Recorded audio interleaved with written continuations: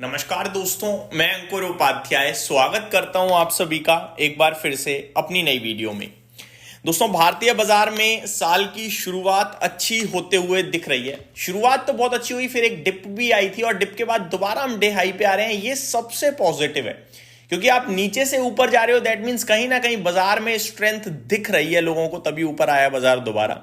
लेकिन क्या 26,200 पार कर पाएगा निफ्टी, ये अभी भी सवाल है और इसके बारे में मैं डिस्कशन करूंगा ही नहीं। सबसे पहले तो आप सभी को इस साल की, नए साल की हार्दिक शुभकामनाएं, हैप्पी न्यू ईयर। दोस्तों, वीडियो आगे बढ़ाने से पहले एक चीज बताना चाहूंगा। बाजार में तेजी मंदी दोनों होती हैं, ये गेम का पार्ट है।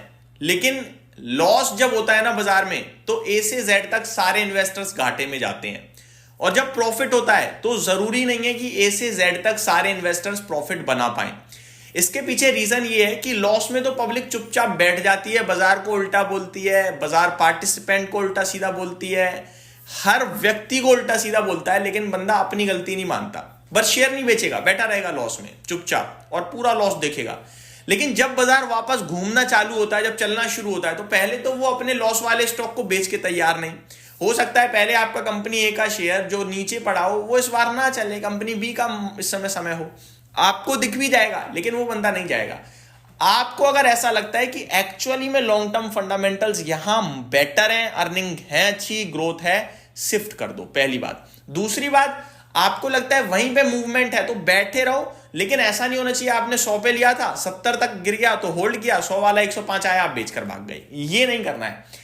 आप खुद सोचो, जब वापस 70 से 100 आया है तो जिसने 100 पे लिया होगा वो बेचेगा नहीं, वो पैसा बनाएगा तो वो चलेगा। तो आपको क्या करना है, आपको ना रुका रहना है। तेजी में भी वेट करना सीखना होगा। मंदी में तो डर की वजह से पड़ा रहने देते हैं, छोड़ देते हैं, लेकिन तेजी में कोई ऐसा नहीं कर पाता। ओला इलेक्ट्रिक में बहुत बड़ी पब्लिक ऐसी होगी जो 70 रुपए 100 रुपए से लेके बैठी होगी, आज तक नहीं बेचा होगा। लेकिन यही ओला इलेक्ट्रिक 70 वाला 100 110 हो जाए ना तो हाथ कांपने लगते हैं बेचने के लिए। तो प्रॉफिट में जल्दी से छोड़कर मत जाना। और वैसे ही 2026 मुझे लगता है कि अब ये आउट परफॉर्मेंस वाला साल हो सकता है, चाहे वो फर्स्ट हाफ से आना शुरू हो जाए या सेकंड हाफ से आना शुरू हो जाए। बढ़ते हैं आगे दोस्तों, एक एक करके चीजों की अपडेट शेयर करता हूं। सबसे पहले भारतीय बाजार, निफ्टी 26,180 पे करीब 50 पॉइंट्स की तेजी है। सेंसेक्स 150 पॉइंट ऊपर है, दोनों फ्लैट टू पॉजिटिव साइड पे ट्रेड कर रहे हैं। बैंक निफ्टी में भी सिमिलरली 0.2% की ही तेजी है। स्मॉल कैप इंडेक्स थोड़ा सा लाल निशान में है और मिड कैप थोड़ा सा हरे निशान में है। मार्केट ब्रेथ अच्छी हो गई है, अभी 1500 शेयर्स हरे निशान में, 1200 लाल निशान में है एनएससी पे, तो मार्केट ब्रेथ पॉजिटिव है। और बीएससी पे भी पॉजिटिव साइड में मार्केट ब्रेथ होने ही वाली है, अभी हुई नहीं है। आज का लगाड़ है एफएमसीजी इंडेक्स, और उसके पीछे पर्टिकुलरली रीजन है दो कंपनियां। एक है आपका सिगरेट से जुड़ी हुई आईटीसी, और दूसरी आपकी आई थिंक इसमें लिस्टेड नहीं है एफएमसीजी इंडेक्स में, वो है गॉडफ्रे फिलिप्स। दोनों बुरी तरीके से टूट रहे हैं दोस्तों। टैक्स से रिलेटेड एक बड़ी अपडेट आई है जो कि इनके प्रोडक्ट्स को काफी महंगा कर देगी, जिसकी डिटेल्स मैं आप सभी के साथ शेयर करूंगा आज के दिन। और इसी के चलते अगर आप नोटिस करें, आईटीसी अकेले 0.7% नीचे है, और ये एफएमसीजी इंडेक्स को गिराने के लिए काफी है क्योंकि इसका वेटेज काफी ज्यादा है।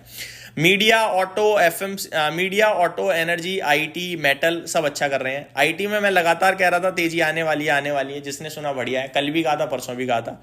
इन्फोसिस आज आधा % ऊपर है, एचसीएल टेक करीब 1% ऊपर है, और यही दो मेरी पिक्स थी। आगे बात करते हैं ब्रोकरेज हाउसेस की, फिर आएंगे आगे स्टॉक स्पेसिफिक एक्शन पे। नया महीना शुरू हुआ है तो मंथली अपडेट्स आएंगे ऑटो कंपनीज से। नया क्वार्टर भी शुरू हुआ है तो क्वार्टरली अपडेट्स भी आएंगे बहुत सारी कंपनीज के, तो वो तो लगातार आ ही रहे हैं। जैसे एमएनएम का यहाँ पे सेल्स का डेटा आता हुआ दिखा है, Hyundai मोटर्स की तरफ से अपडेट आते हुए दिख रही है, वीएसटी ट्रेलर्स से अपडेट्स आते हुए दिख रही है, एस्कॉर्ट्स कोबोटा से। इसके बारे में मैं दिन के दौरान आप सभी के साथ बात करूंगा। अभी मैं आप सभी के साथ बात करना चाहूंगा दोस्तों स्टॉक स्पेसिफिक ब्रोकरेज हाउसेस पे। तो वोडाफोन आइडिया वापस 9% रिबाउंड कर गया है। क्या रीजन है वो सब चीजें दिन के दौरान, लेकिन अभी एमके ग्लोबल मेंटेन कर रहे हैं सेल की रेटिंग 6 रुपए का लक्ष्य है। वहीं एक्सिस कैपिटल मेंटेन कर रहे हैं रिड्यूस की रेटिंग 9.45 का टारगेट है।